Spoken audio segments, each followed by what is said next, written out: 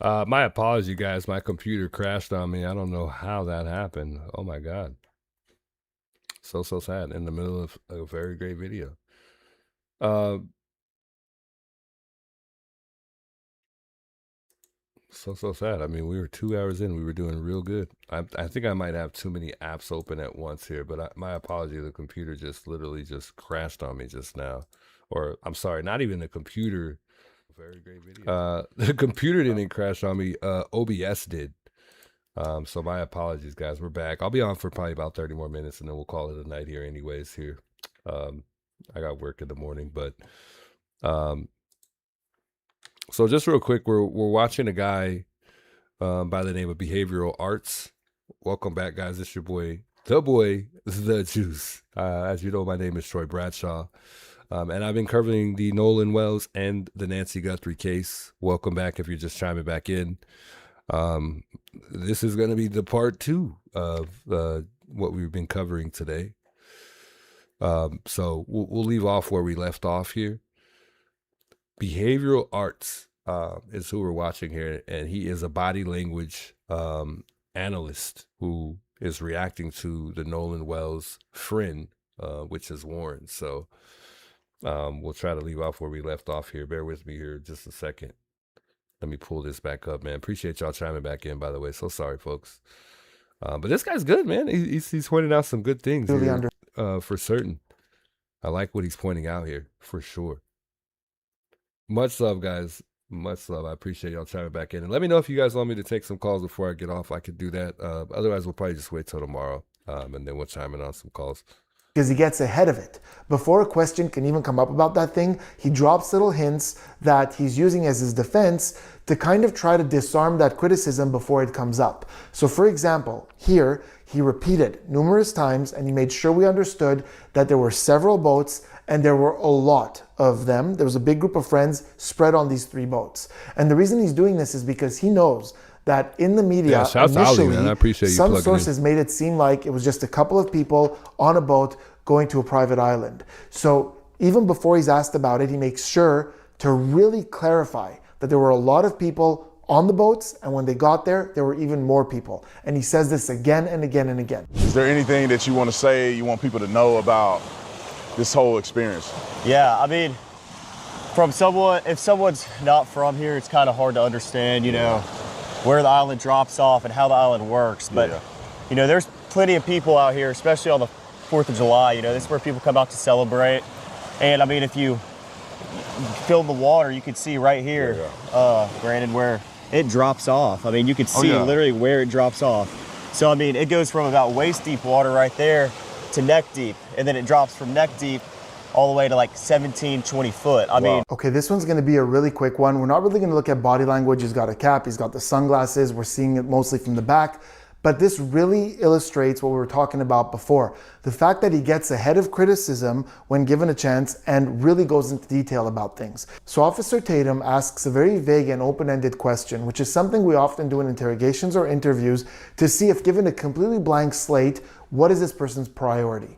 So he says, is there anything about this whole situation that you want to say or that you want people to know? Here's an opportunity. Do you want to talk about how great a guy Nolan was? Do you want to talk about something that you've been thinking about that you want looked into that doesn't really make sense to you? Do you want to say something that you haven't said before? But he immediately takes this opportunity and his mind instantly goes to the depth of the water and how quickly it drops off. This is a huge clue as to where his head's at, because he's doing something that's a pattern for him. He's getting ahead of the criticism, because a lot of people online have said it's not really possible for a young athletic guy like Nolan to drown in shallow waters like that. So when given a completely blank slate to talk about anything, he immediately goes to, no, look how quickly it drops off, and then you go a little bit more and it drops off again. Okay, now that we've established a pattern for the way that he communicates, we're gonna really get into the details of the story and see how he handles some difficult questions about what happened. But before we do me a huge favor, hit that subscribe button, turn those notifications on, and take a quick second to like this Yeah, I'm not gonna lie, this guy's good. video because it really does help with the success of the channel. Also, if you're on Spotify, just recently I started a new page on Spotify. It's the exact same videos from this platform, just on that platform, because I know that a lot of you like to listen Shouts and behavior watch arts, on the man. go. So if you have Spotify, I'll leave a link in the description. Go check it out, leave a couple of comments, and I'd really appreciate the help to get the Spotify going. And so you guys get ready to leave out of there, getting towed out. Yeah. And then where's Nolan in this situation? Well, Nolan was, the last time I saw Nolan was 3 o'clock. And Nolan was cradling a girl in his arms, Katie, Katie. And Katie, Nolan was sitting there, and the last time I saw him, I looked at Nolan, and Nolan was like shaking his head, laughing, and I was like, dude, you crazy. I was like just joking with him. And, but anyway, Nolan, that was the last time I laid eyes on him. But when we were leaving, obviously, no one is getting left at the island that came with us unless they demanded to, be there and asked, this is a very common thing at Horn Island. When you're out there, a lot of people ride out there with someone and in with somebody else all the time. I've done that 100 times. It's a very common thing, but Nolan was sitting by the boat with that Katie girl, and my buddy yelled for Nolan, get on the boat. We're leaving. The boat's having issues. And no, he didn't say that, but he was panicking. Nolan, get the F on the boat. Get on the boat. And Nolan said, no, I'm staying out here. I'm going to ride in with somebody else. And it's not uncommon to hear, but it's not like my buddy asked him one time. My buddy asked Nolan multiple times to get on the boat. Nolan, get on the boat. Get on the boat. We're leaving. If you're coming, you got to come now. And Nolan made a decision to stay out on the island. And like he said, I mean, just analyzing, just observing the body language or the way that Tatum is looking at him, it almost doesn't look like, it looks like Tatum doesn't even believe him. Like he wants to so bad to believe his story, but you could tell Tatum doesn't even believe this. Come on, Tatum. Here, but it's not like my buddy asked him one time. My buddy asked Nolan multiple times to get on the boat. Nolan, get on the boat. Get on the boat. We're leaving. If you're coming, you got to come now. And Nolan made a decision to stay out on the island. And like he said, This is Tatum.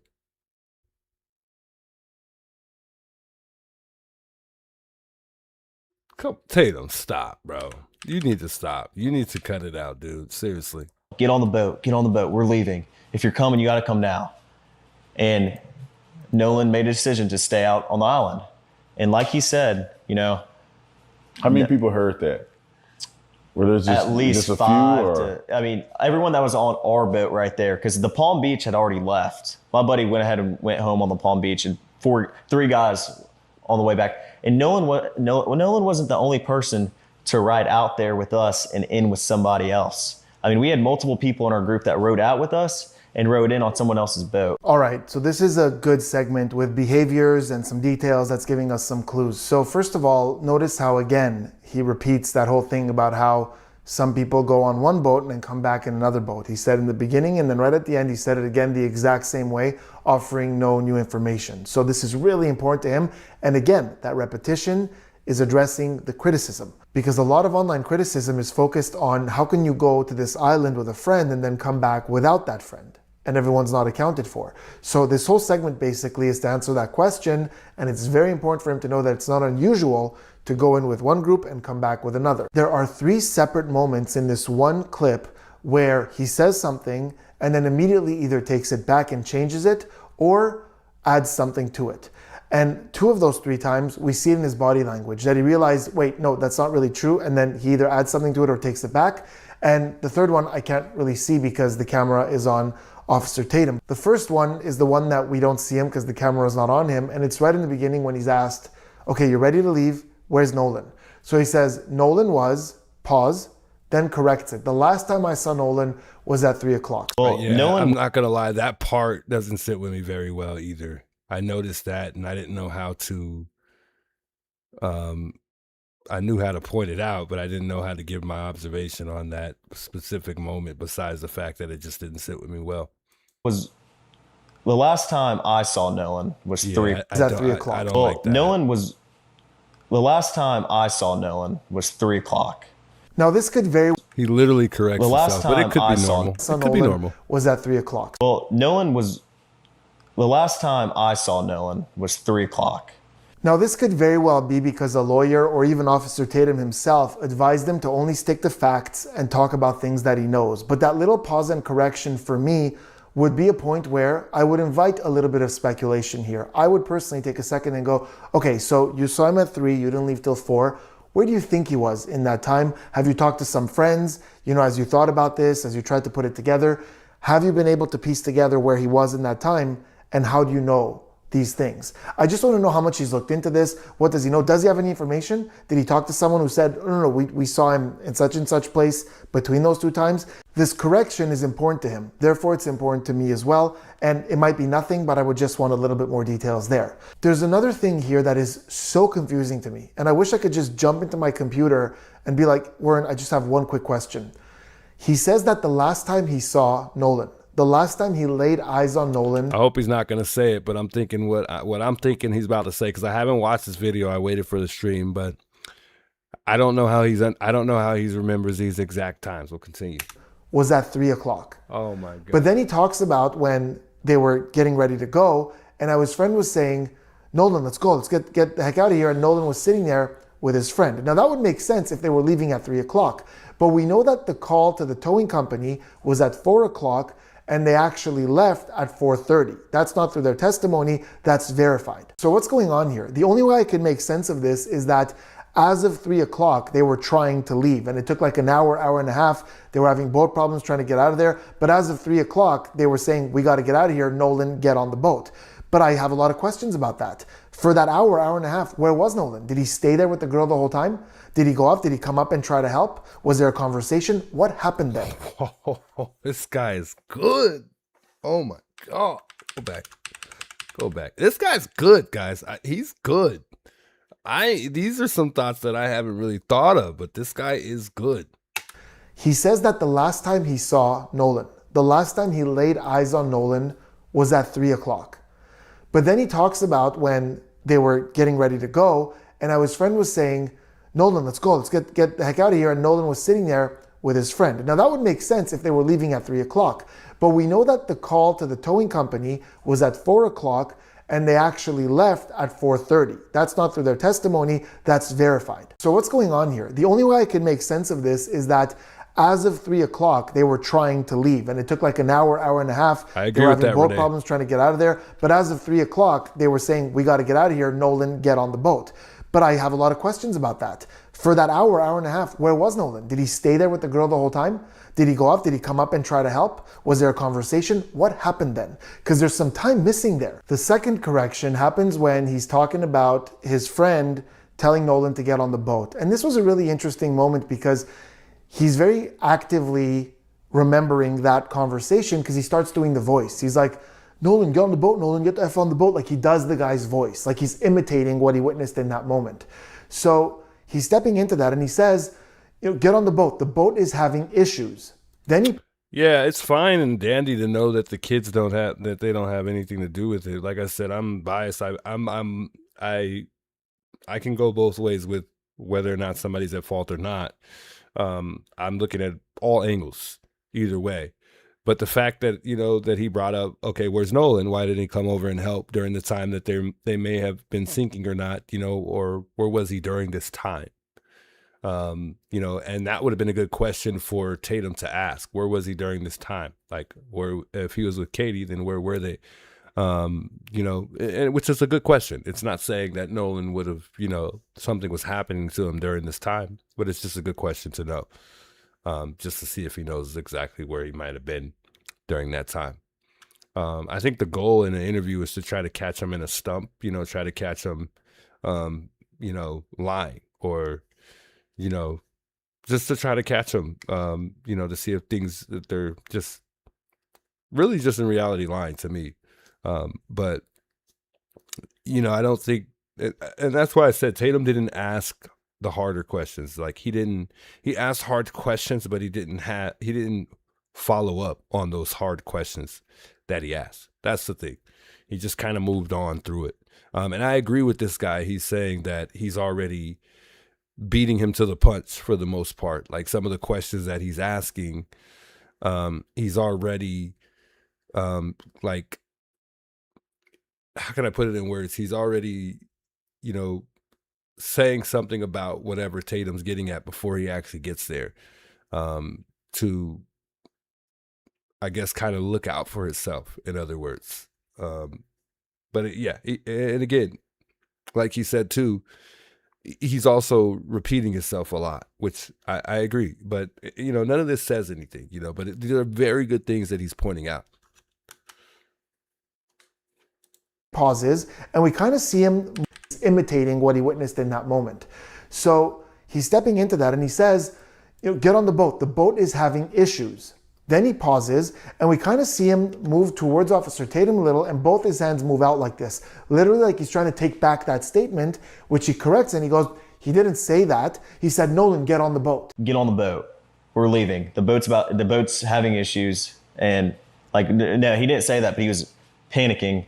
Nolan, get the F on the boat. Get on the boat.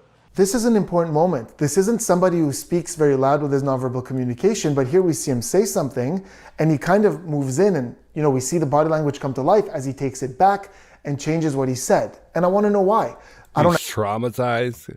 Come on, Linda. We can't keep making excuses for these people. Now, I get it that he's traumatized. He could be traumatized due to what had happened to his friend, but he's in an interview, and he did not have to take this interview at all by any means. And he's not traumatized about what he's being questioned about. He's traumatized about what may have happened to his friend. So that is, him being traumatized has nothing to do with him saying what he did while he was on an island, explaining, what happened at certain moments and times. Have language communication, but here we see him say something and he kind of moves in, and we see the body language come to life as he takes it back and changes what he said. And I want to know why. I don't have answers, but I do have questions. Is it because he kept in his mind, you have to say only the facts, and the guy didn't say this, so make sure to correct that? Is it because he doesn't want a conflicting narrative with something he would have said elsewhere or somebody else would have said? So he wants to make sure and say, no, wait, he didn't say that. He only said this. I don't know, but I would have questions as to why this correction happened. And then the last correction is when Nolan says, no, you guys go ahead, I will ride with somebody else. And look what happens. There's a pause and his eyes widen like this for a quick second. And this is very, very commonly seen with moments of realization. When we realize something or something surprises us, the eyes open up. In fact, universally, in moments of surprise, those eyes open up. Regardless of what part of the world you're from, which culture you grew up in, surprise is one of the universal emotions, which the research has shown looks the same everywhere in the world. And eyes widening like this, very consistent with surprise or realizing something.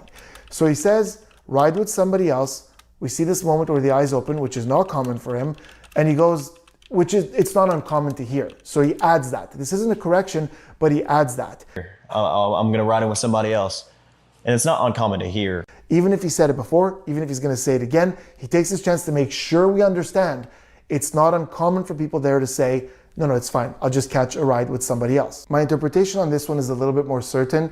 And it's the fact that when he said that, we don't know. We technically don't know. Somebody in the chat says he grew up with him. No, that would be you just throwing something out there that you don't know. We don't know that Warren grew up with him or not. From what I remember, he said that they went to school together freshman year. Or they started school together freshman year. I would highly doubt that they grew up together, though. I don't think that they grew up together. But I don't know, so I wouldn't say that. Realized that it's a bad look, and may have even remembered all the comments he got online of, why would you leave him there? Why would you go without him? I think that's what happened. I think that's what that eye-opening was. And he goes, oh, wait, it's not uncommon. This happens a lot. This segment also contains the most important part of Warren's story. And Officer Tatum knows that, because as Warren is telling this story, and he says that there was this interaction, get on the boat, and Nolan's like, no, I'm going to stay here. Officer Tatum asks, how many people were around to hear that? Because he knows how important that is to this investigation. If there were enough people who were there and saw Nolan hang back as the boat that Warren was on left, and investigators go talk to those people, and those people corroborate, yeah, Nolan stayed behind, Warren is off the hook. It's as simple as that. This is such an important element of investigations or interrogations. You follow the story, you follow the timeline. So you talk to this person. If this person saw the victim after with this person, you go talk to this person. If this person saw them with a group of other people, you go talk to those people. So in this case, when Warren is saying he was with Katie and there was all these other people around, you go talk to those people. Now that seems to be happening to a certain extent. Online sources are saying that Katie has been in touch with the mom. She's been cooperating with the investigation. And there are some sources that are saying that her sister claimed that Katie was not with Nolan when that boat left. Now, most of these sources are unverified. I can't find an actual interview or an actual source where she said that. If you guys have one, please drop it in the comments below. I would love to see that, because this right now is the most important part of this whole investigation. Literally ignore everything else. It's all just noise. Where was Nolan the moment that boat left? Talk to Warren, talk to Katie. Do they disagree? If they disagree, that's huge. If he's saying that Nolan was with Katie when the boat left, and then Katie, not her sister, not someone who heard from someone who heard from the sister, Katie herself says that Nolan was not with her when that boat left, you have to figure that out. It's huge. You have to talk to other people, try to see who's telling the truth. Was he with him? How is this guy an idiot when he's making an observation on body language? He's just stating the fact on what things that he's observing that he would have questions about. He's not making, he's not saying specifically that he knows for sure that this is an indication of something for sure. And nothing that he's saying, he's making clear that is a fact. He's just giving observations that could be possible. So I don't think that makes him dumb. I mean, I think he's pretty smart, to be quite honest. I mean, based on his observations that he's noticing that we don't notice are great. I mean, to be honest, I mean, some of these things I didn't really think about, but some of them are quite common sense to me as well. But I don't think by far he'd be dumb. Anyway. Was he with her or was he somewhere else? But if she agrees, if she says, yes, he was with me when that boat left, that's it. Let Warren go. Keep your phone on. Don't leave the country, but you're free to go for now. Talk to Katie. Figure out what happened next. How long was it before you realized, or you guys realized that, well, where's Nolan at? I mean, I went back downstairs and all my friends were just hanging out, and my buddy Wyatt had addressed, talking about Nolan, and I was like, well, where is Nolan? Have y'all heard from him? And he was like, no, we haven't. And I was like, okay, well, it's a little concerning. Like, I mean, I'm not freaking out or anything, but like, I'm trying to find out where Nolan is. So I texted Javon and I was like, hey, and also a couple other buddies that I had at the island. I was like, hey, have y'all seen Nolan? Did he ride in with y'all? And all the buddies were like, no. Well, I texted Javon and I was like, hey, can you send me Miss Christine's number? Because I haven't heard from Nolan. And if she hasn't heard from Nolan, then I'm calling the Coast Guard. I asked her if she had heard from Nolan. She said no. And I said, all right, well, don't freak out. I'm going to call the Coast Guard. And this was at about 11 o'clock. So what's your intent in calling the Coast Guard, right? Because right now, Nolan could be with a chick.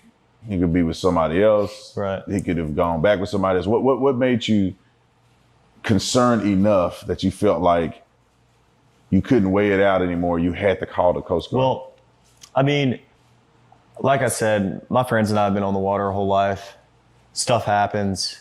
People die all the time. I know people that have died out there. And, it's a fun place to be, but it's also a very, very dangerous place to be if you're not handling it right. And Nolan, so I hadn't heard from him. And obviously, I'm thinking I'd way rather be safe than sorry.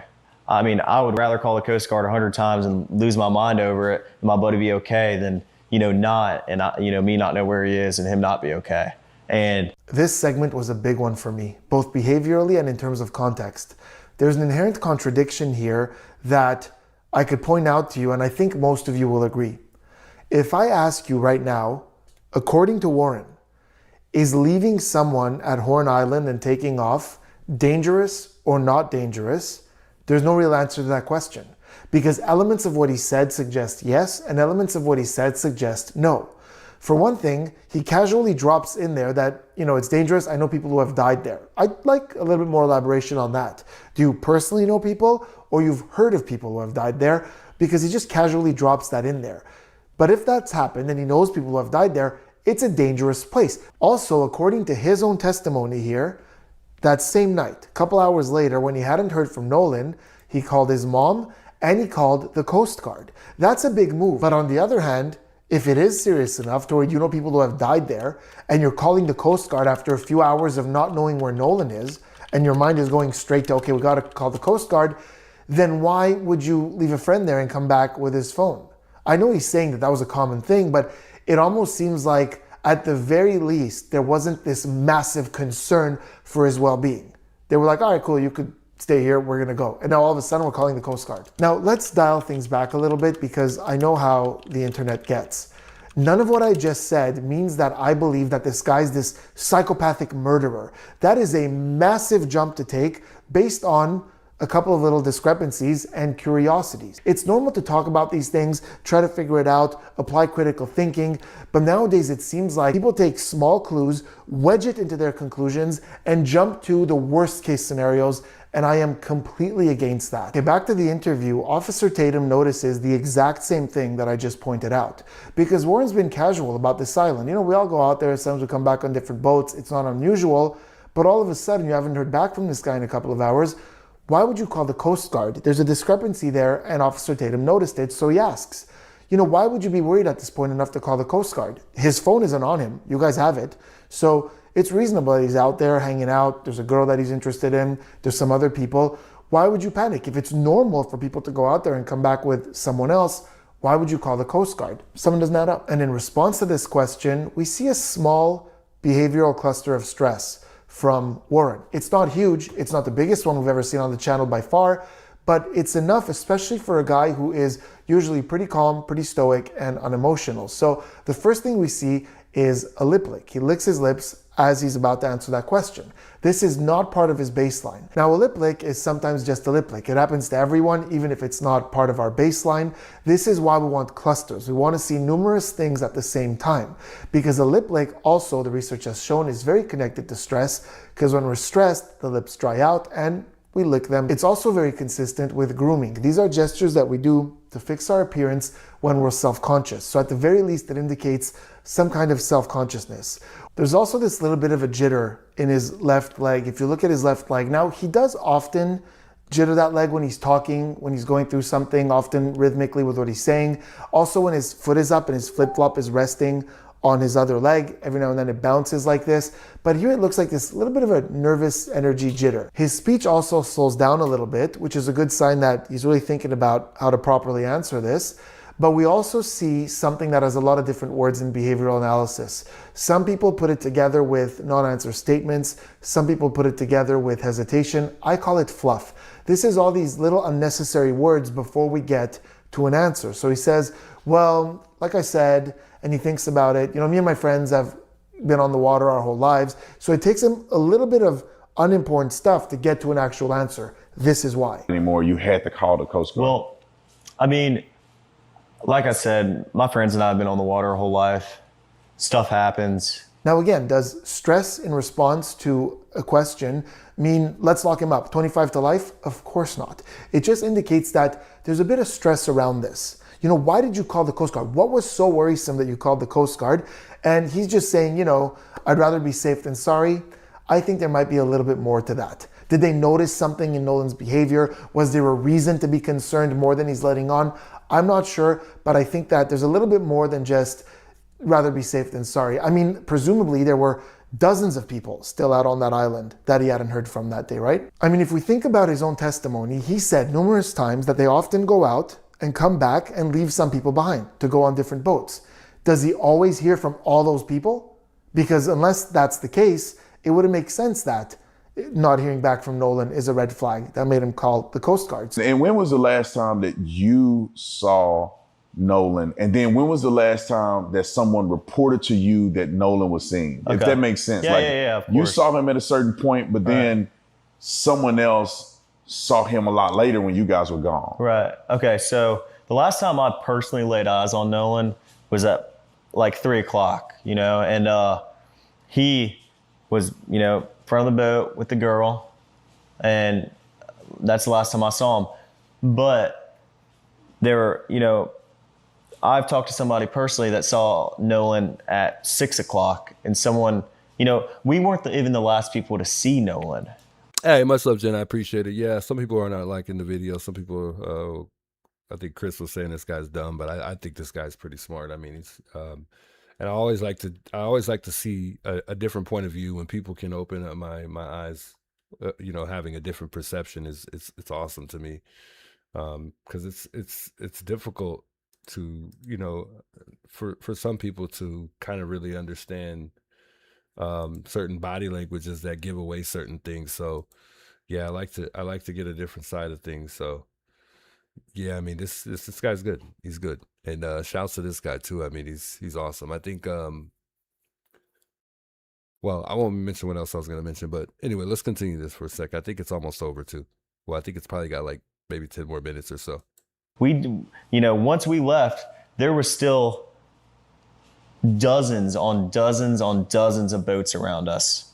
And I mean, clearly we were not the last people to see Nolan. So Warren, I'm going to ask you some very pointed questions. I mean, just straight out. Okay. I didn't come down here to, do anything other but to get the truth, right, and for you to have a voice in this. Right. And the first thing I want to ask you is, did you kill Nolan? Of course not. Did you have anything to do with Nolan's death? Of course not, and absolutely not. They say that you guys deleted stuff out of his phone. Did you delete anything out of Nolan's phone? No, of course not.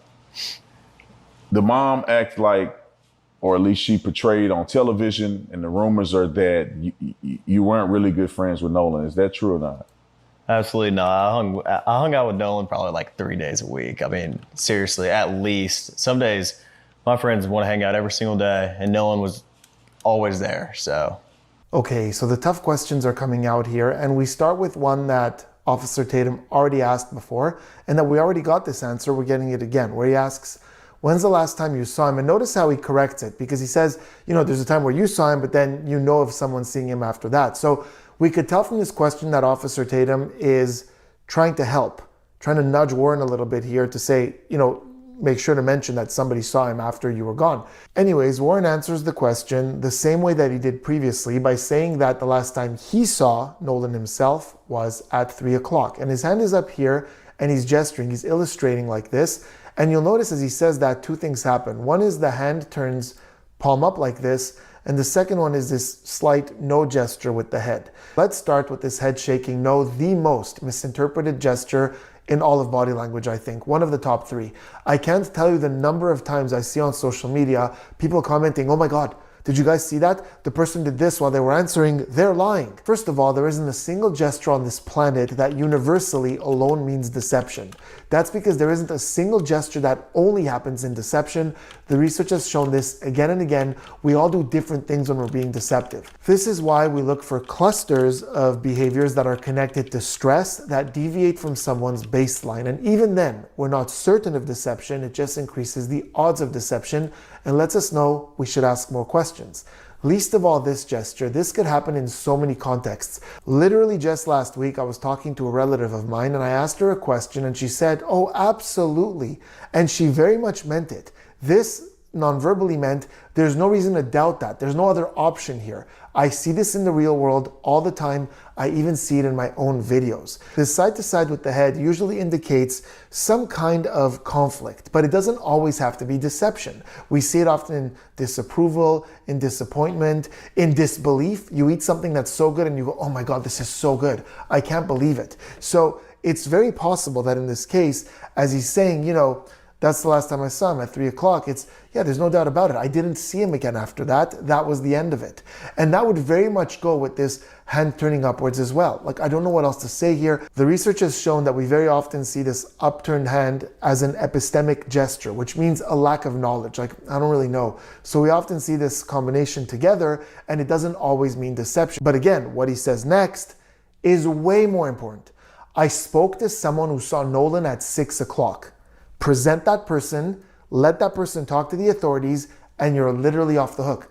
If somebody at the island told you that they saw Nolan at 6 o'clock on the island, that's it. There's no reason to talk to Warren anymore. Nolan remained on the island after Warren left. After that, he said, we weren't even the last people to see Nolan. And he emphasizes that with his voice, like this is a serious statement.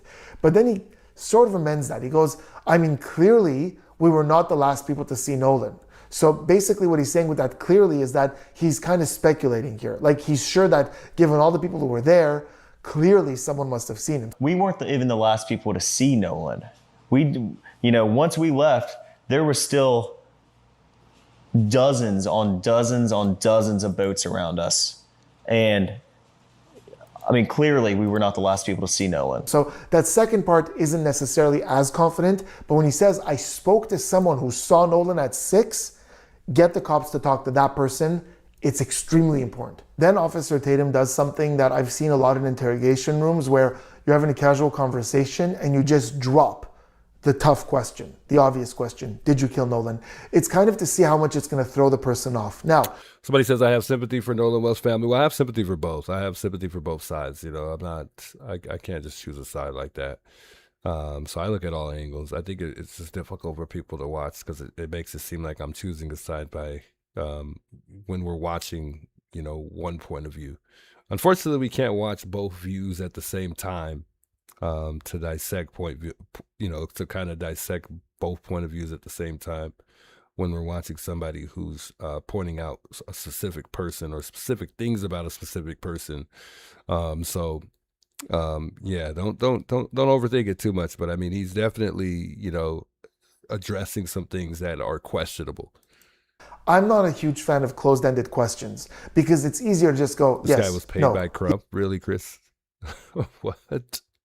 Yes, no. Like literally, we could sit down and have a conversation with closed-ended questions and you could tell me, throw in some lies. It would be very difficult for you to know which ones are lies. So I'm just going, no, yes, no, yes. In this case, we get a couple of really quick and confident denials. It doesn't really trip him up. He doesn't get all, with all these caveats and things like that. He doesn't go to that place where he often goes, where he tries to really over-talk to defend himself. He just gives that direct no.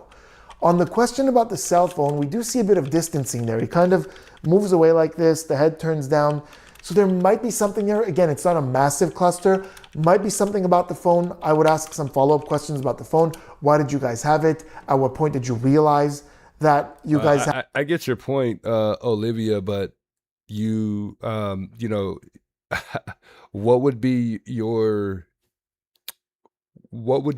suggestion if perhaps somebody left you on an island and you didn't have a way to contact somebody for them to get home? Would your suggestion would be to just simply catch a ride with a stranger? And I'm not trying to make it sound bad, or just somebody you don't know, just to not make it sound so bad. What would the suggestion be besides, riding back with Katie? Perhaps he stayed on the island with Katie, which she did not. We know for a fact that she didn't. That he didn't ride back with Katie, nor has she said that she suggested he could ride back with her. So, what would your suggestion be for him to catch a ride? Just because logically you think, you wouldn't catch a ride, you wouldn't call for a ride on an island, doesn't mean you don't or you can't call for a ride on an island. That's the thing. So I mean, what would be the suggestion for him to get home?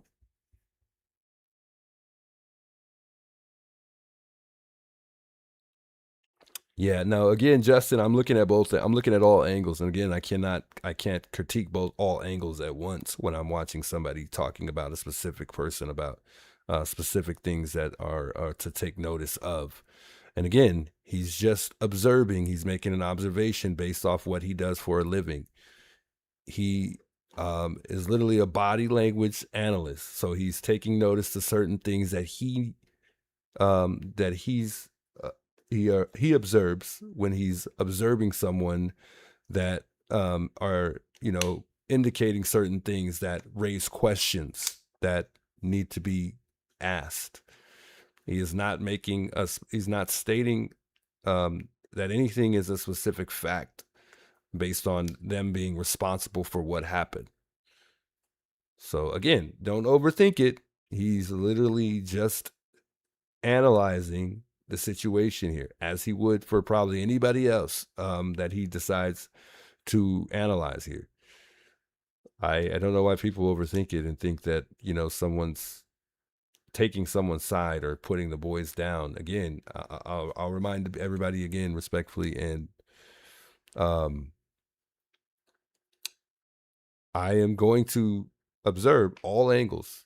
I am going to investigate all angles. Everybody has their own investigations that they do. If you come in the chat and you're saying, oh, well, he's racist or he's just taking a side, that means that you're taking a side. You do realize that, right? That kind of means that you're taking a side because you don't like the fact that someone's saying something about the boys that are questionable. But I'm not taking any side because I am going to make some people pretty upset about all angles. I've gotten people upset with me about me addressing things about the boys, and I've had people upset about things that I've addressed about the mom as well. And again, that's makes it obvious to the point that I'm making, which means that I'm addressing all angles. So if you find yourself upset, you're not listening and you're not paying attention at all. And you're probably new to the channel. But again, I'm observing all angles. And again, I mentioned in the beginning of the stream, we're going to have tough conversations in this case. There are going to be tough conversations that we have to have. And that's what it is. When you investigate something, you're going to question certain things that don't add up. It's simple as that. So if you find yourself frustrated and, you know, you feel like I'm taking someone's side in this, that's not the case. Just to remind you. At it, did you open it? Did you try to see anything, or did you just leave it as is? But for the most part, these are pretty solid denials. Then the last Juanita, good to see you, by the way. Shouts Juanita tuning in here. question. This actually gives quite a bit of information. He says that Nolan's mom went on the news and said that. Oh, and real quick here, because I was talking to Olivia there for a second. She said, oh, you were responding to a comment? Oh, okay. Yeah, because I was going to say, you know, when it comes to the phone situation, you can call for a ride on Horn Island. You know, as they said, you know, what's his name? Tatum said that the service it's choppy. Like you don't get good service, but you get good enough service to make a call. So you can call for a ride on Horn Island, but the way that you would on the mainland, on Horn Island has no roads, no cars, no Ubers, no taxis, whatever. But that still doesn't mean you can't call for a ride. So no permanent residents, obviously, because nobody lives on the island. But, you know, most any ride that must come obviously has to be a boat. So only certain operators are legally allowed to pick you up. So you are able to call for a ride if you're thinking in that way. I'm not saying that you are, but you can call for a ride, you know, so they do have ways you can get picked up on Horn Island, which raises more question, right? In this situation, if he would have had his phone. And honestly, as a friend, those are the things that I remember. I'm going to remember, like, look, and I don't want you calling me, you know, like, hey, can I come get my phone, or can you drop it off? I don't even want to have to do that extra thing that, you know, I don't want to have to come bring you your phone, especially if we live on two opposite sides of towns too. But, you know, it's one thing if we live super close to one another. And I'm just putting this out there. You know, the official, lost my thought there. I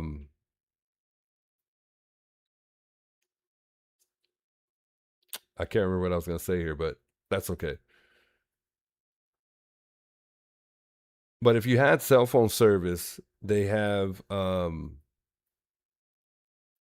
like private boat rescues. They have I think it's something called the official ferry, like charter boat, something like that, that can drop you off or something like that. I can't recall because I had looked this up at one point in time. But also another thing I never mentioned, because I haven't mentioned this at all, it's actually very expensive. It's not like taking an Uber at all if you were going to call for a ride or something like that. I think from what I remember, if you were to call for a ride like on Horn Island or something like that, it could be anywhere from like $100 to $400 just to get home or back to the main dock. That's crazy. So just for the record, I mean, it would have been costly if Warren called for a ride and he needed somebody to, come pick him up. Or something like that. I think no, I might be thinking of a rescue. If it's in a rescue situation, it could be anywhere from 100. And so my bad. Let me debunk that. Anywhere in a rescue situation, it could be anywhere from 150 to $400, depending on the distance that they would have to travel to come get you, which is crazy. Not in a sense of you getting picked up. I don't know what the cost would be of that. He wasn't actually that close with this group of people. Now, I myself, the sources that I saw were not specifically about Warren. She was talking about a different friend that claimed to be very close with Nolan, but it's possible that she said that about Warren too. I think there's quite a bit of confusion about this online. Regardless of that, look at the way he completely denies that. He doesn't make any excuses for it. He doesn't really say something like, yeah, well, we've been hanging out lately, but we don't really go to where she's at, or we hang out when she's not around, or he comes to my place. He just goes, no, she's wrong. Fact, she's wrong. We're close. That's it, the end. Now, keep in mind, this is somebody who preempts his answers that he's less confident about with a lot of words.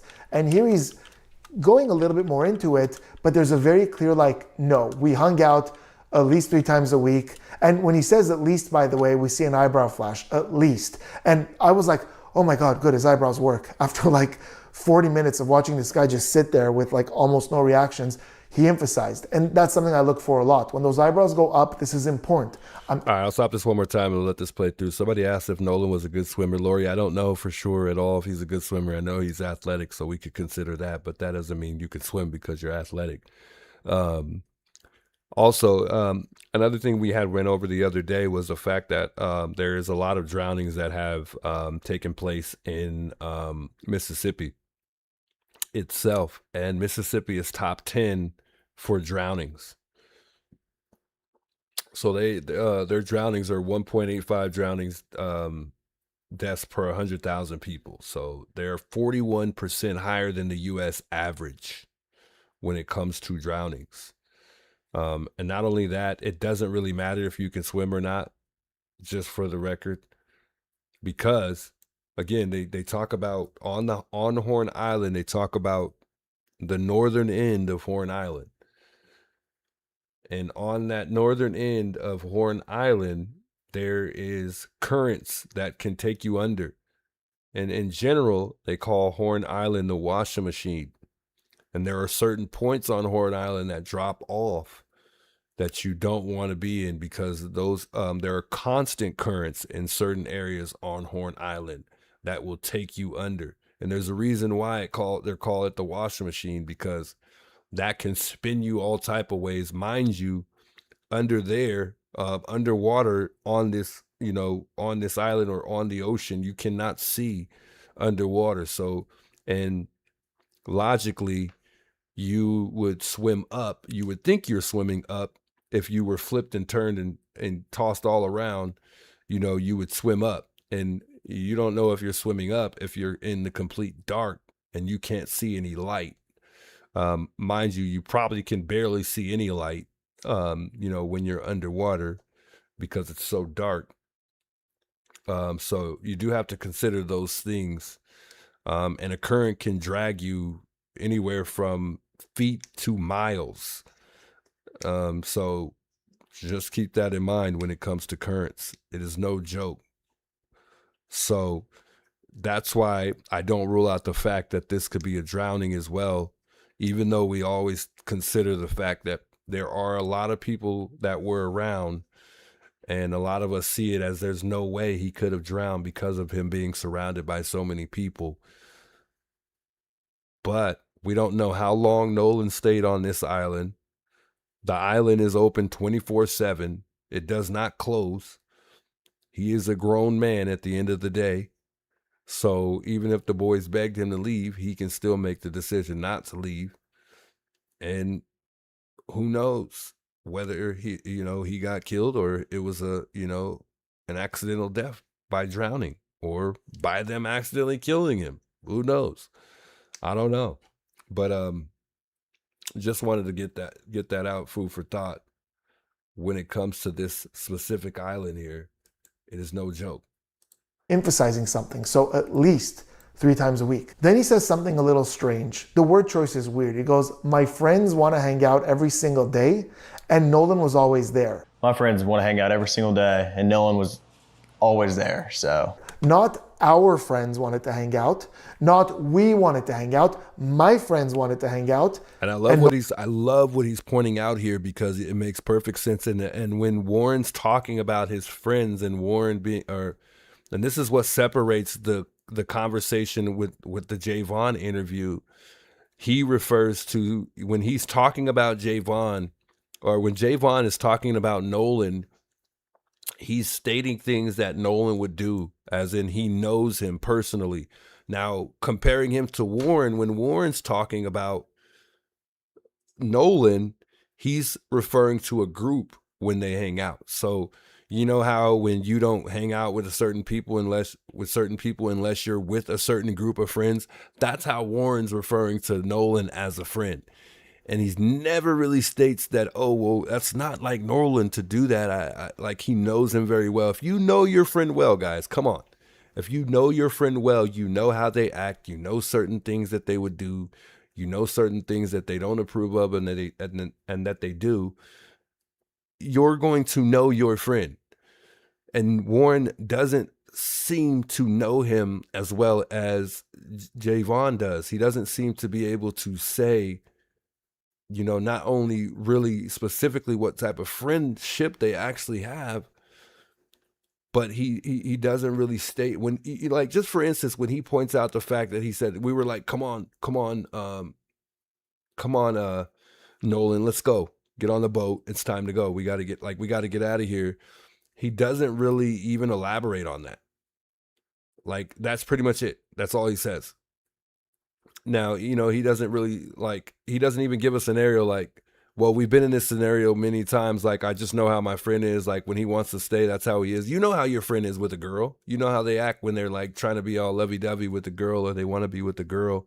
You know how they act. I could tell you all day long how my friend is when he has a girl that he wants to stay the night with, or he wants to hang out with, how he is versus when it's time to go. I could tell you that any day, anytime. He could not even say that. And that's questionable to me.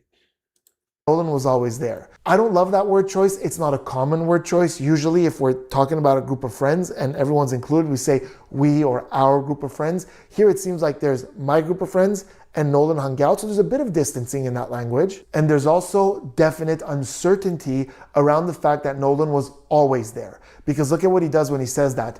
And Nolan was, pause, head tilt, always there. Nolan was always there. So it's like this kind of uncertainty. Nolan was always there, which indicates to me that Nolan wasn't necessarily always there, but he was there often enough for me to make the claim that he was always there, with some exception. Do you have any theories about what could have possibly happened to Nolan? My buddies and I have talked about it, and like I said, I mean, I've been on the water my entire life. My friends have. It's not like we're unexperienced in this, but Nolan was my best friend, and he was my friend's best friends, and well, he was like a brother to me. And more than anything, and the thing that's most important is what happened to him. And I want to know just as much as anybody else. I mean, that's all. Like, my friends haven't stopped talking about that. Like, what happened, and just trying to figure it out. But he's lying. He's lying. I'm sorry, guys, but he's lying. I'll listen to that again, but he's definitely lying. The minute he said Nolan was his best friend, he lied.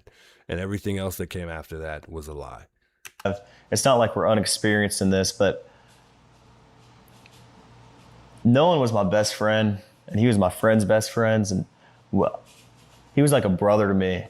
And more than anything, and the thing that's most important is what happened to him. And I want to know just as much as anybody else. I mean, that's all. Like, my friends haven't stopped talking about that. Like what happened, and like just trying to figure it out. But I would never want to put it on somebody else because of the hate that I've received for just being out there around them, and my name getting brought up because I called the Coast Guard. I was the first one to call the Coast Guard. I mean, I don't know, and I want to know more than anybody. I mean, my friends and I are have been wondering this for a while. And Yeah, that's not the best. It's a non-answer where I think an answer should be. So I've talked to a lot of people who have lost loved ones. Some of you know that I used to specialize in grief therapy, so I have a lot of experience there. In fact, earlier this year, I didn't talk about it on the channel, obviously, but I lost a very, very close friend of mine, very dear friend of mine. And I want to start off by saying that I don't really subscribe to the idea that there's a standard of how people should react when they talk about it, because whether it was in therapy sessions or with my friend who passed earlier this year, I've seen different reactions. Yes, some people cry. Some people, we see those little moments of sadness. Some people have this ability to talk about it in a very neutral way. Some people laugh and smile about it. Everyone's different. I don't like comparing everyone to this imagined standard. But one thing that happens when there's an unknown is that the people close to that person think about it and obsess on it and want to figure out what the heck happened. With my friend earlier this year, there were a couple of things that we weren't sure of. And every single one of us, with no exception, obsessed on it, asked each other questions. So if you came to one of us and said, what do you think happened? How do I know that he's lying? Because I can tell that he's lying. I can see it in his face. And he keeps looking away. He keeps looking to his left. He keeps looking to his left, and he's thinking about what he wants to say. He's trying to make sure he's saying the right thing. But you don't want to say that. The thing is, you don't even want to say that if it's going to come back and bite you in the butt. Why would you say that if his parents are not even approving of that? That they haven't denied the fact that he's a friend. I know that. However, you shouldn't, and this is the problem when people die. People talk highly of people and they act like they're closer to people than they actually are. I don't like that, that people have to talk highly of people once they go. I would love it if people would talk highly of someone when they're here, because a lot of people need to hear those things about themselves when they're here, not when they're gone. But that's just how it goes. But again, I can literally tell that he's not being honest about them being best friends. You're not going to refer to somebody that you're around only when you're with a certain group of friends as a best friend. That's not a best friend. Come on now. How is a best friend somebody that you're around only when you're with a specific group of friends? It doesn't work like that. You're with your best friend no matter what. No matter what. That's what a best friend is. Otherwise, that's not your best friend. You and your best friend hang out whenever, however, it doesn't matter. So everything in this interview doesn't add up to being a best friend that he's stated. There's nothing to me that could convince me that they are best friends at all. In fact, the difference between him and Javon also is Javon, they have pictures that go all the way back to their younger childhood. They don't have any pictures like that. Javon's the only one that appears to be close based on the pictures now. Yeah, we could give him the benefit of the doubt and say, hey, well, yeah, they just didn't publicly release those pictures with him and Warren. Whatever. I just like I said, I'm not bad when it comes to observing people. I'm not a professional, but I can tell that he's not a best friend for sure. What happened, and just trying to figure it out, but I would never want to put it on somebody else because of the hate that I've received for just being out there around them, and my name getting brought up because I called the Coast Guard. I was the first one to call the Coast Guard. I mean, I don't know, and I want to know more than anybody. I mean, my friends and I are have been wondering this for a while. And yeah, that's not the best. It's a non-answer where I think an answer should be.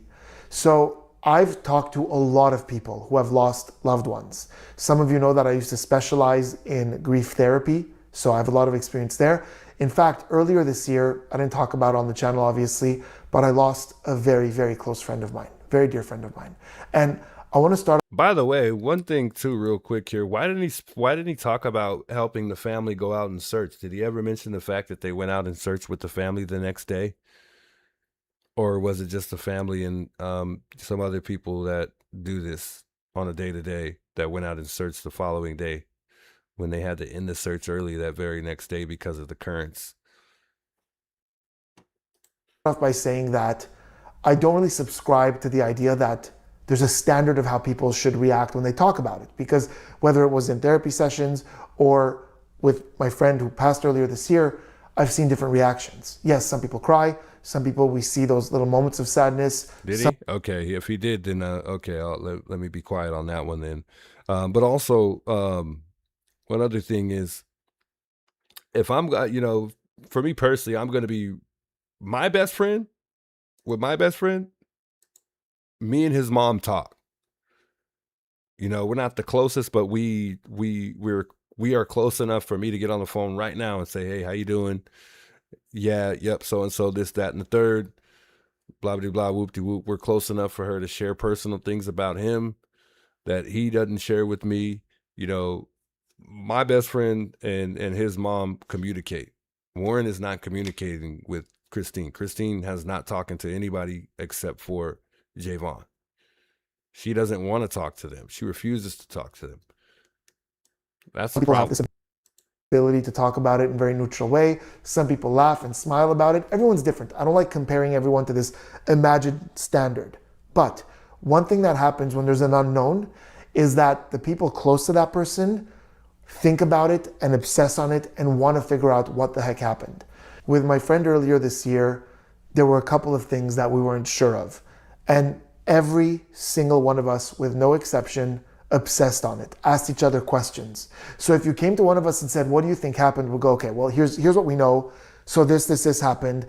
And then, but somebody else said this thing, so that couldn't have happened. And then I think, because it was his type, this happened. So we have all these different little things because we obsessed over it. I'm not really seeing here from Warren the result of an obsession here. In fact, throughout this entire interview, he talked a lot about boats, a lot about Horn Island, a lot about, how boats work and who goes when and who comes back. But there's no real sign here that he actually sat down and obsessed to try to figure out what some of the possibilities are. And it doesn't seem that even now he's really stopping to think about, okay, what the heck could have happened here? He's not really actively looking for an answer. In the beginning, he says that Nolan was my best friend. He was my friend's best friend. He was like a brother to me. And honestly, I think that this guy just had a whole bunch of close friends. But I think if earlier this year, if you said, who is your absolute best friend? I'm not sure Nolan would be the answer. I do believe that they were friends. They were part of the same group of friends who were all very close. And here he's going, we talked about this. We thought about this. Okay, and what did you come up with? The question was, what do you think happened? Give me something. Give me some kind of theory. Now, to kind of balance that out a little bit, I will say this. As much as I'm not seeing him actively trying to figure this out, there's something else that I'm not seeing that, not always. Again, nothing is absolute, but we very often see in people with guilty knowledge. And it's the fact that he never has caveats when he says that other people saw Nolan. Like when he says he was with Katie, or when he says there's someone else who told me he saw him at 6 o'clock on the island. There's never this, he was with Katie, but she'd been drinking, so maybe she won't remember. Like he doesn't try to soften or kind of give himself a scapegoat. He very confidently says he was with Katie. Somebody else saw him at 6. It's rare, not impossible, but rare for flat out liars to implicate other people into their story without kind of giving a little bit of a way out. So without saying, oh, but they may not remember because of this, or yeah, but maybe it won't be there because before such and such thing happened. Like this little but.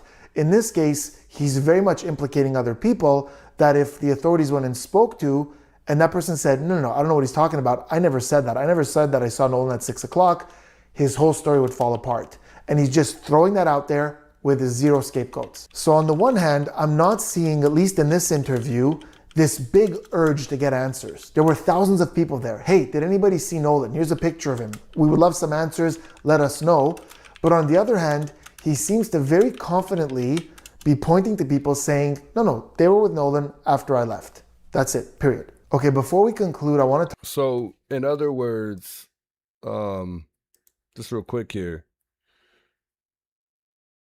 So just to get a better understanding, the fact that, because somebody said that Warren did help search the very next day. So in other words, you're taking his word for it. What proves that he went out there and searched? Like, did he say, you're just saying he said he went out there and searched next day at 7 a.m. for his friend? Or are you saying that law enforcement said that he went out there and searched for his friend?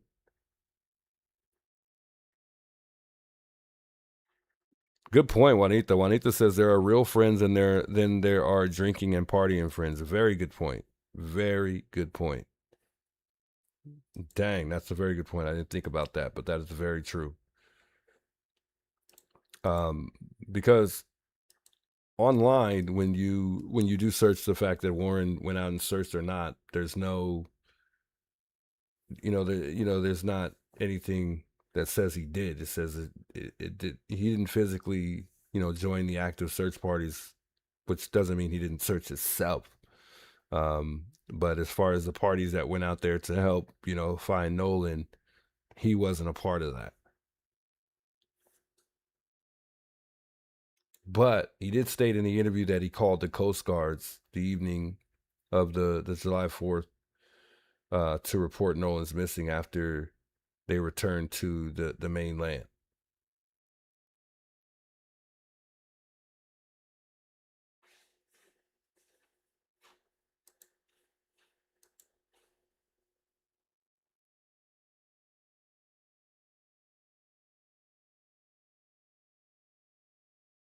So I'm just curious, because I know somebody was saying, I think it was Matthew that was saying that he went out and searched. So I'm just trying to, see what proves he went out there and searched besides the fact that he mentioned it.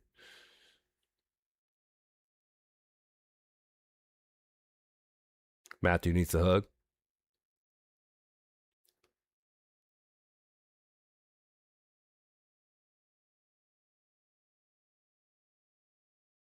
Yeah, I mean, it's a tough conversation to have, I guess, when you're a big believer on, the fact that these boys are innocent. Some people refuse to not take a side and take a side. Juanita says, remember that some of the guys were not of legal age to drink, so those that were 21 would be charged with enabling underage drinking. Yeah, contributing to minors. Indeed. Talk about something that has the internet going berserk with people on both sides. And I'm not really sure how to talk about this because it falls out of my area of expertise, but the interpretation of it does not. So let me explain. There's an audio recording. This is a phone call that was made from the boat at 4 o'clock to a private towing company. And before the dispatcher picks up, we hear a bit of chatter in the background. Now, people online have taken that audio and have cleaned it up and tried to make it sound better. Of course, there's only so much you could do to try to see if they could pick up any elements of what's being said. Namely, a woman by the name of Janetta, who works in the sound engineering and music space, cleaned it up and posted it online. Now, here's the thing with this. She put some subtitles of what she believes is being said, and she cautions the viewer in saying, listen to it with your eyes closed to try to see what you hear, but here's what I think might be said. So I'll play the recording for you guys right now, but I will not... Look at this. He's even cutting all angles here. He's also looking into the audio. He's not just talking about Warren. Feature the subtitles, and we'll talk about why that is after we listen to it. Here's the recording, completely unbiasedly. Try to see if you could hear anything that's being said.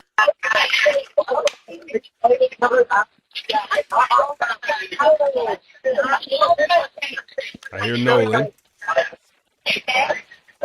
Is he dead? Oh my God. Hey, we're at the west. All right, we'll hear it again. The subtitles. Unbiasedly, try to see hear anything that's being said.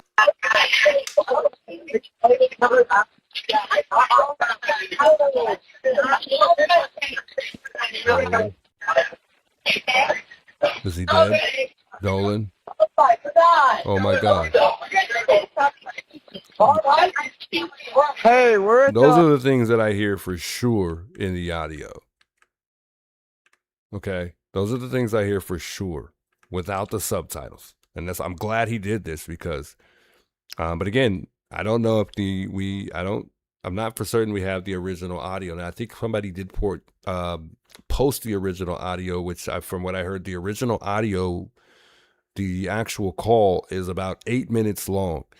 However, I'm still not quite sure. I don't want to say we have the original audio if I don't know for a fact. But those are the things I'm hearing in the audio for sure. Now, whatever else is said, I'm not 100% sure I'm hearing those things. But I do hear those. I'm going to hear it one more time. That's being said.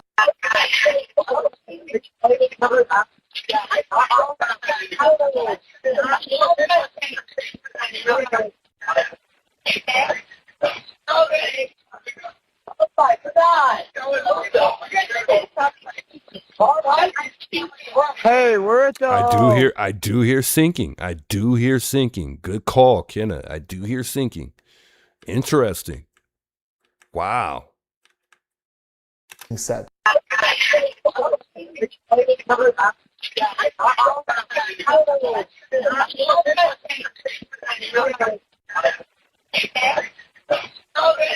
Is he dead? Nolan. Oh my God. Hey, we're at right the there. west tip of. Right before he starts talking to the dispatcher, I do hear syncing.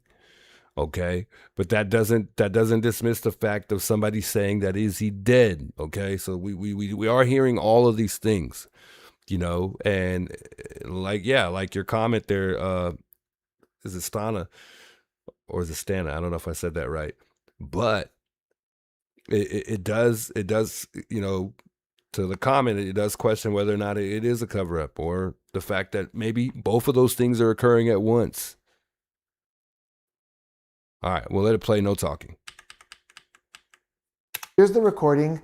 By the way, I'm not talking during the audio. I'm repeating right after what they said, what they're saying. But I'll let it play through. I apologize. I am talking during the audio, but I was trying to repeat what they were saying. Completely unbiasedly, try to see if you could hear anything that's being said.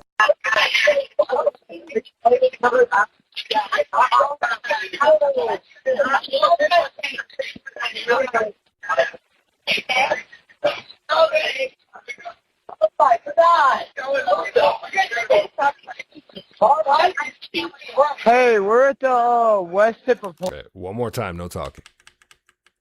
The recording, completely unbiasedly, try to see if you could hear anything that's being said.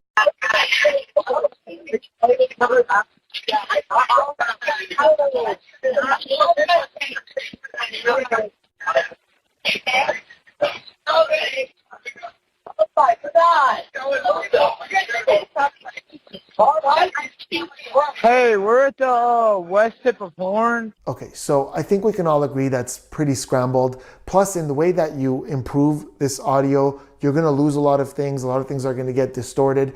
But she and her subtitles is rather. That is doctored audio. So he's playing so everybody's playing doctored audio, I guess. I don't know. I mean, I think he's playing legitimate audio. Convinced that they're talking Hey, good morning, Ashley. about Nolan and that they're checking to see if he's alive and that there's some conversation around that. In fact, here is a picture of the transcript that she believes was the conversation that was taking place.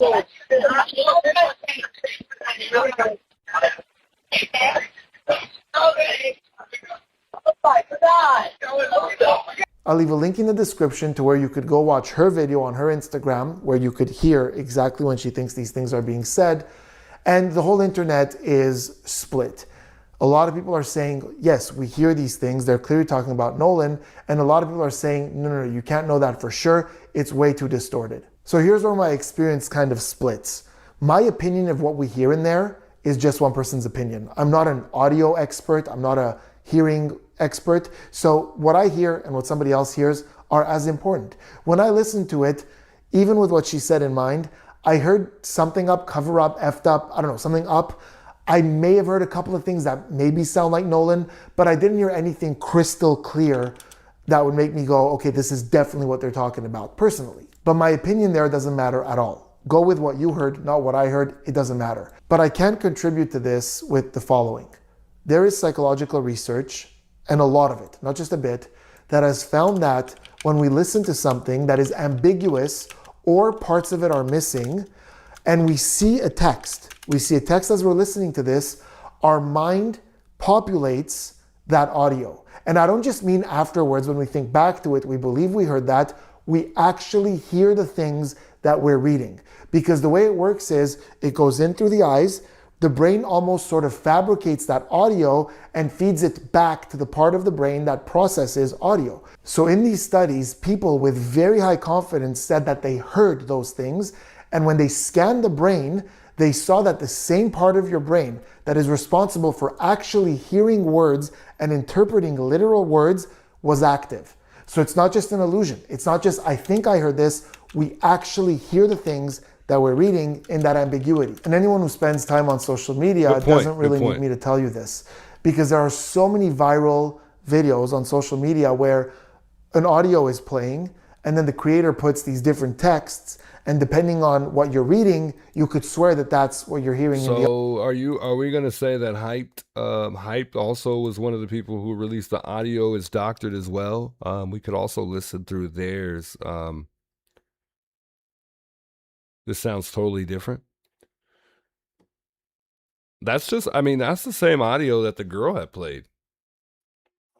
The girl who supposedly doctored the audio but enhanced it, that's the same audio. So maybe he's using that audio on his stream here. But we could go over to Hyped. Hyped was one of the few that put it out too. Some people were saying that they have the legitimate actual audio. So let's listen in there real quick. Hello, sir. And the problem is they have music playing in the background while we're listening to the audio, but maybe they shut it off at a certain point. We'll see. Vicky speaking. How can I help you? Hello, sir. Hello. Okay. How many adults on board? There are 0 adults on board. See, and this part starts exactly when the call starts. So it's like, okay. Hey, we're at the west tip of Horn. Yeah, so this and, one doesn't even... Our bilge pump stopped working. We're sinking. And that's what I thought was the original audio. And then later on, all of a sudden, there was like a beginning part before the actual call actually starts, like when he actually starts speaking. So that's where I was a bit confused. Hello? What'd you say? It's coming All right, well, It's either, I know we have... So, How many? but this is Hype, and there's no beginning part from Hype, who released the audio, which is It's apparently one about under this Jerry Ackerson 8 one, minutes okay? long. He's one of your members. Almost 9 You'll minutes get in long. a couple minutes, okay? Okay, perfect. All right, and yeah, just transfer this kid over whenever you get a chance. All right, transferring like that to see if he's up. I know you guys are You can swamped. try this cell phone number. Yes, sir. Anything on this phone number. So I don't know, guys. I don't know what's I mean, I'm assuming this is a more legitimate one if there's nothing in the beginning, and I'm just assuming that the call starts when they actually start speaking. But I mean, assuming that you call normally when you call a business, there is you got to press some numbers. But I mean, I'm just saying when the call, I'm assuming the call starts when he actually, or the recording starts when he actually starts speaking to the representative, not before the actual call itself, when you're hearing the music and all that in the background. So maybe it was doctored. I don't know. Keeping it real, says I've heard 3 different versions of this stream. I've only heard 2. I've never heard 3. Juice, can you do a FOIA request on the audio? That'd be a good idea. But I don't know if it's public. I mean, if they got this audio, then I'm assuming that it's public. If there's an original audio that people have. Right. We also listened to it on WLOX as well. That was one of the first places that I had listened to that audio as well. Yeah. But I don't know if they have, we could check it out. Let's just look at it real quick before we end here. WLOX. And they've got the music though on this one though, which you can hear sound in the background, which makes it difficult to hear what's going on before the actual call. Membership. So this is how theirs starts. So I mean, I guess you could say that there's three different versions. But I say there's only two because they're all the same to me. Except for, if you're counting two, I guess the second one would be me just hearing what's happening before versus not hearing what's happening before. That would be two. Otherwise, I still feel like I still hear the same thing in both, with or without the music. So let's listen to this one real quick. Connect you. And this is WLOX right there. There's the proof.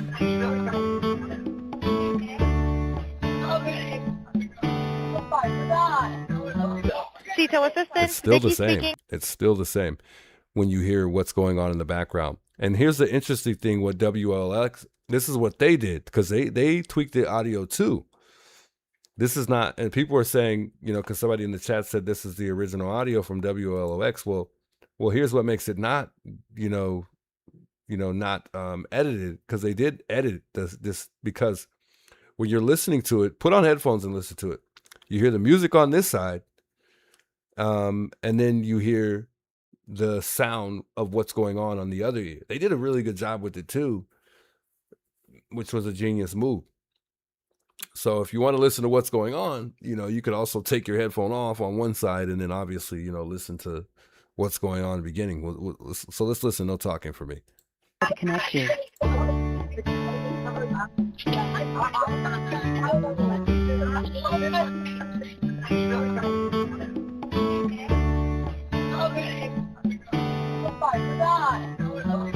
CITO assistant. Vicky speaking. How can I help you?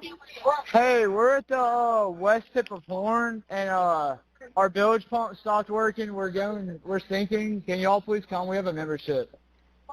All right, of course. How far is the water coming up, sir? All right. We're going to start over again. Connect you.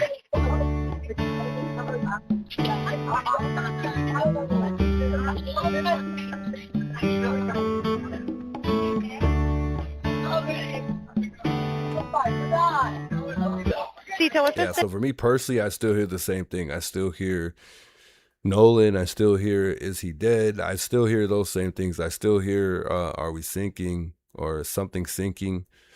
I still hear all of the same things in any call that I've heard. I still hear those same things that person pointed out when she enhanced the audio. So I don't, to me, I mean, in all reality, I don't see any audio really being doctored personally. But I think because how people are taking it, people are saying that it was doctored, but in all reality, it's saying one thing which could mean something else, but it's also saying another, which is what's going on when, they say that they're sinking, which is why they're calling. So I don't know. It sounds like, if we consider this call to be legitimate, it sounds like this could be a cover-up, in a sense of maybe this is really going on and they made a mistake and accidentally killed him and they're trying to cover up the fact. Or, it's not a cover-up and they, I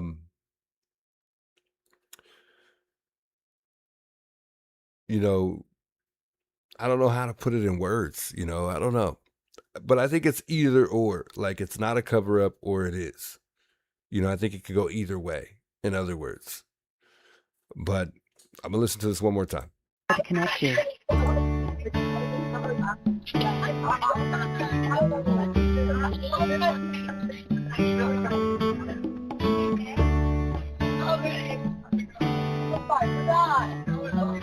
CITO assistant. Vicky speaking. How can I help you?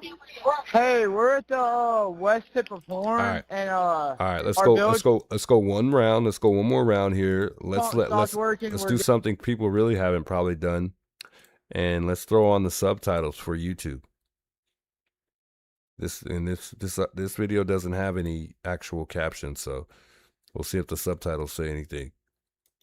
Connect you.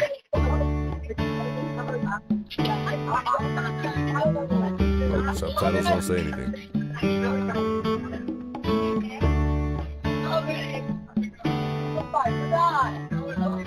CETO assistance, Vicky speaking. How Yeah, so subtitles aren't picking up on the background noise at all until the call actually starts. To connect you.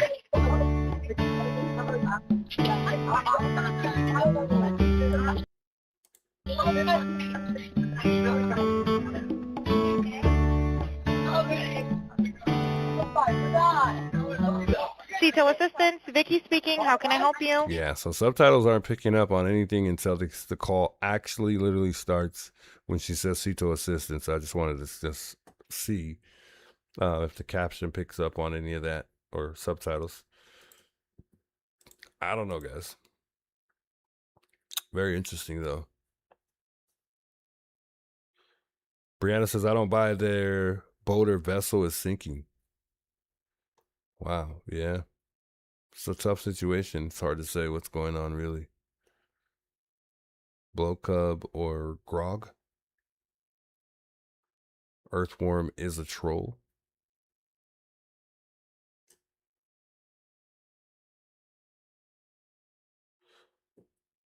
Anyways, yeah, I mean, this is so it's hard to say, man. It really is. At least it's hard to say what's going on. I personally don't feel like, anything is doctored.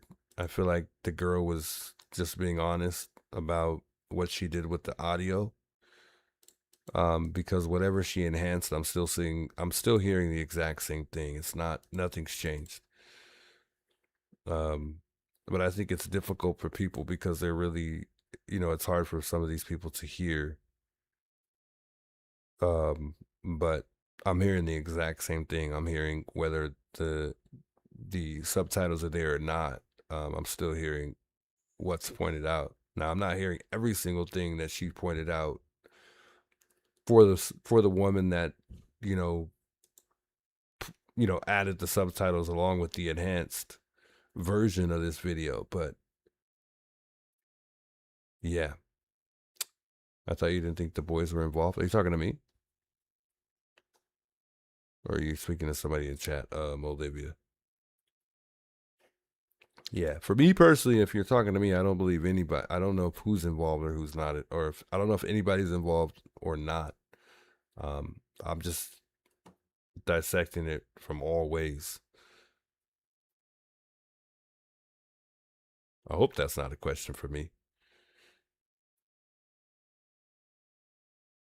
Let me remove this person.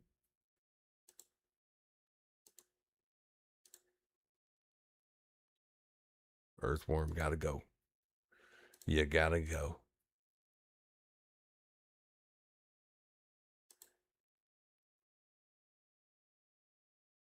Why didn't they call for help before they left everyone? I wouldn't get on a sinking boat, even with a life vest.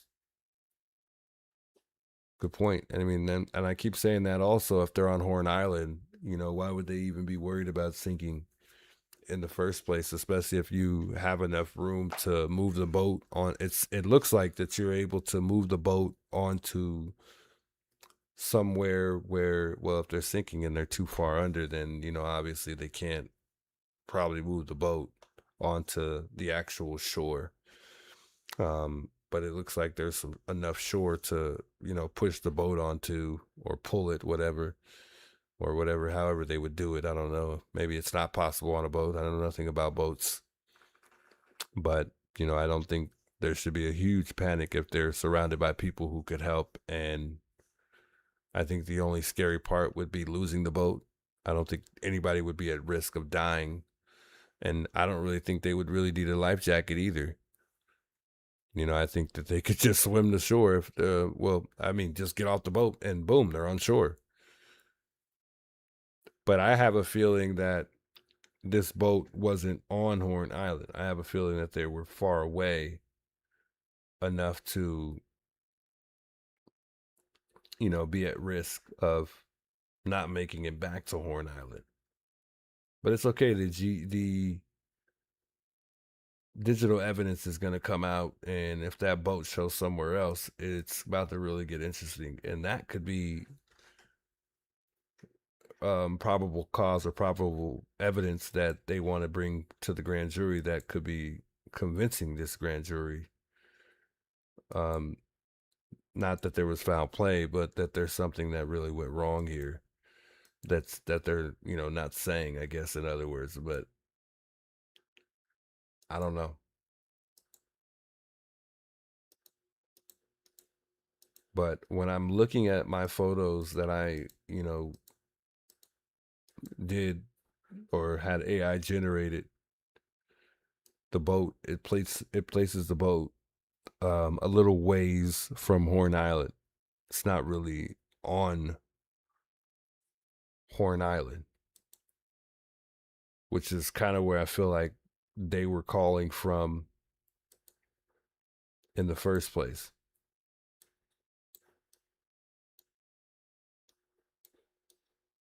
So I can't call it, but I feel like the boat was more like here rather than, right here. You see how that boat over there is on Horn Island? Let's just say that that's them over here in this corner here on that 11:14 mark. We'll say that's them. They could just walk onto this island and let the boat go. It's not worth their life, right? So, I mean, I don't think their life was at risk, but the boat was definitely at risk if it was sinking. But again, I just think that they were not on the actual island like they were saying. I think that they were further away from the island. And that could be very much so why, Nolan wouldn't be able to even see if he wanted to. Something was going wrong with their boat. But it's just a thought. I'm not saying that's what that's what happened or that's where the boat was actually at, but it's just a thought.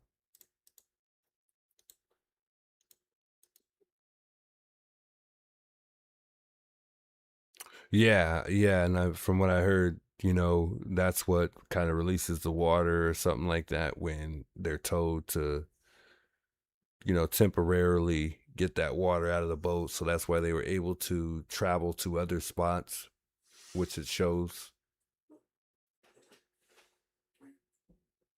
Says Kenna says you say had to be towed out of ways in order to get up to speed and hydroplane to drain the water. Yeah, I understand that, but that doesn't change the fact of where they made the call before they were towed.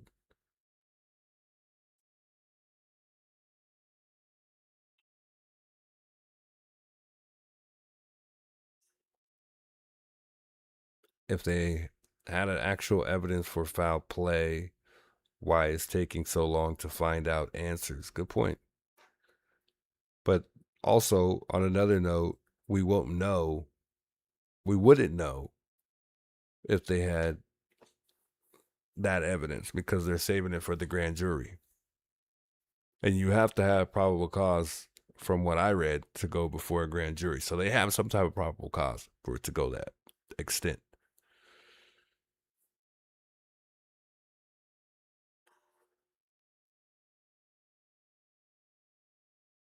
Candy Cane says Warren's a liar.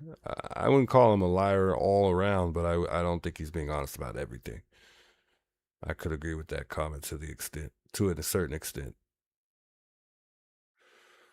MVP says, let's talk about Nancy Guthrie. We spent the first 2 hours talking about Nancy, and the last 2 were Nolan. So we usually do like a 4-hour string and divide it into 2. Sorry, I started a little late. So you probably just got here a little too late to cover some Nancy Guthrie here.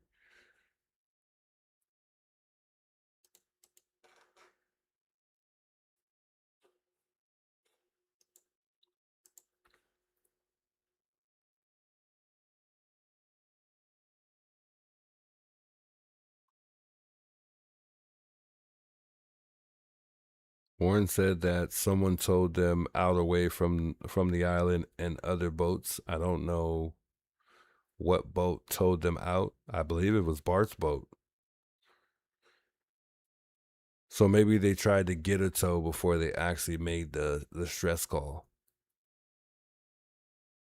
Maybe so. Guys, I want to thank you guys all for stopping by here. It is currently almost 5 a.m. in the morning. I work in 3 hours. I appreciate everybody chiming in and joining the channel tonight. I would love to invite you guys all to come back. Tune in tomorrow. We'll continue covering this. We'll talk a little bit more about the audio tomorrow. We'll cover some more Nancy Guthrie. I might not go late tomorrow. I might just end up streaming during the day. So if you're not busy and you're available during the day, come chime in. I will schedule my stream tomorrow. That way everybody's aware of what time the takeoff point is. Because I've been doing that off and on, but not really. Just because I never really know exactly what time I'm going to start streaming. But chime in. We'll be active tomorrow. We'll continue covering Nolan Wells and also Nancy Guthrie's case. And we'll see what comes about tomorrow. I'm sure we'll get some more things to cover and talk about tomorrow. I mean, both of these cases, well, especially Nolan Wells, have been not only trending on all platforms, but it's also been a lot of things coming up in both of these cases. So we'll continue to cover and talk about everything that's going on, guys. Much love. I appreciate you guys all. God bless. Much love. Shouts to everybody. You guys are all wonderful people. We'll continue, guys. Much love. I appreciate it. It's your boy, the Juice. Till next time, guys. I hope you guys all have a good night.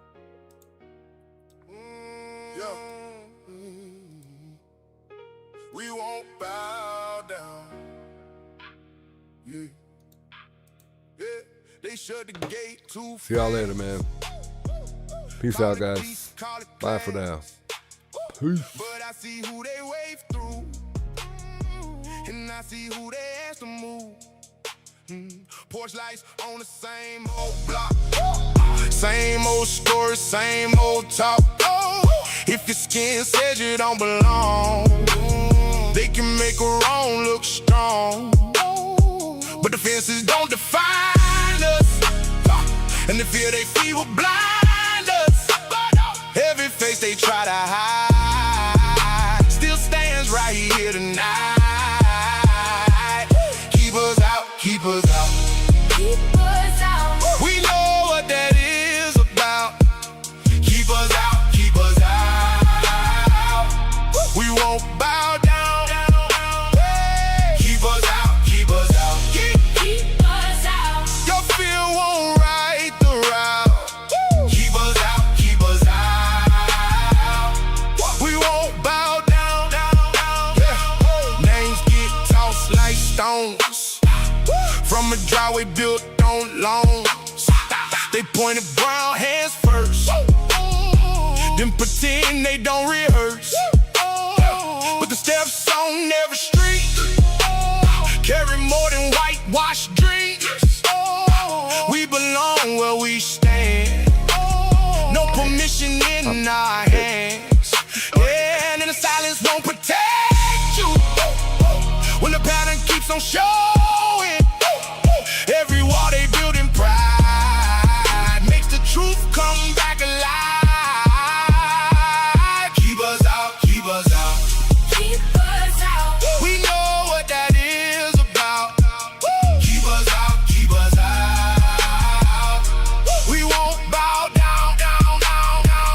Keep us out, keep us out, keep us out. Your fear won't right the route. Keep us out, keep us out. We won't bow down. Let it crack, let it show. Every lie they try to grow, one by one, the voices rise.